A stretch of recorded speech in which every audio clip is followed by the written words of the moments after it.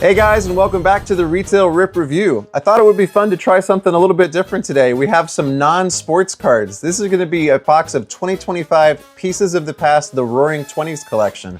The reason I wanted to open this up is because, well, number one, I think that this period of time is super fascinating. I think we touched upon it briefly in our Hoppy Pack Grab Bag episode where we opened a 1918 random pack. But I think that there's a lot of cool history around this time of the century. And the cool thing about these boxes is that apparently they contain 2 relics each in each box. And these could be anything from what I've seen from like a newspaper clipping or like a piece of a stock certificate, or it can actually be something as cool as like supposedly like a handwritten or a piece of handwritten like note or letter from someone. I don't know. I think that kind of thing is cool. So I thought we'd open one up and see what we could find. Let's get into it. Let's go ahead and bust into our box. You might be thinking that this is just really random, and you're right. I just kind of came across it on Amazon and was like, you know what, that sounds like fun. The box is pretty nondescript. There's nothing on the back, and the front only tells you to look for relic cards, short printed inserts, and super rare cut autographs. So hopefully we'll come across some of those. Let's see here, let's open them up. Oops. The funny thing is that it actually does have numbered cards for people, which is, it's just kind of funny to pull like a numbered card for, I don't know, historical figures. Like I think I watched a video of someone pull like a Marie Curie out of 50, you know, and like, I don't know, there's something kind of funny about that inherently to me. So that's why I wanted to open it up. But you know, low key, like I said, I'm a big fan of this time of the century. And I feel like, once again, anybody who opens and collects baseball cards probably also is a history fan too, so I think there's some crossover here. So let's see who we can find in the Roaring 20s. Why do I keep saying it that way? Let's see who we can find in the Roaring 20s collection here. Not familiar with anything about this company or other sets they produce, although I do know that they have produced other sets like with different themes. So from what I see, you get like 1 insert per pack. In this case, this is going to be The Minds That Moved the World, and is going to feature Robert Goddard. And then the base cards are going to look like this. Here's one with Al Capone. So yeah, and the back you can kind of tell because it'll say like I for insert, so this is insert number 7. And then also for the base cards here, it'll say B. So, you know, they keep it straightforward like that, so I appreciate that.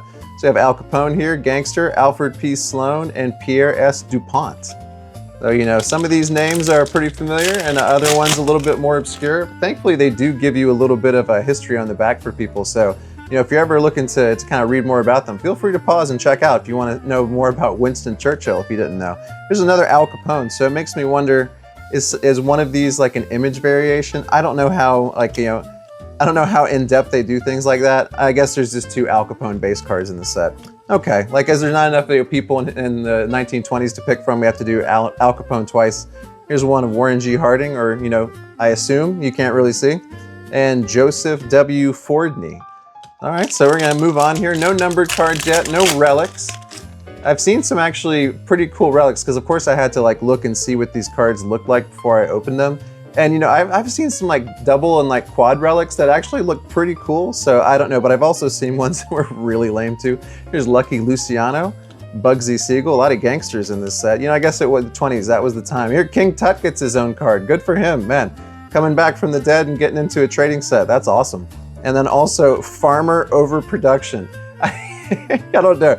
Something about that makes me laugh. Obviously, there's nothing that's funny about farmer overproduction, you know, which led to, you know, Dust Bowl type conditions. But at the same time, it's just the fact that it has a trading card for it. Like, oh man, did you get that numbered farmer overproduction card? I don't know, something that's kind of silly about it. But like I said, we're here, you know, opening cards, so it's all kind of silly to a degree. So you have Meyer Lansky. Here's George Bugs Moran. Calvin Coolidge, had a few presidents here come across so far, and then Albert P. Fall. So a bunch of base cards in there, you know, actually only the 1 insert. I thought we were gonna get more than 1 insert so far, but I guess they are rare short printed inserts. All right, so we're gonna move on to our next set. I'm not sure what this insert's called here, but here's Calvin Coolidge again.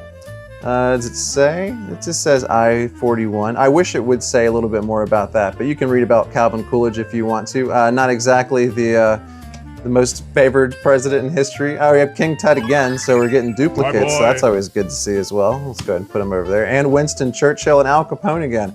I don't know how big the checklist is. I would have to assume it's at least over 100.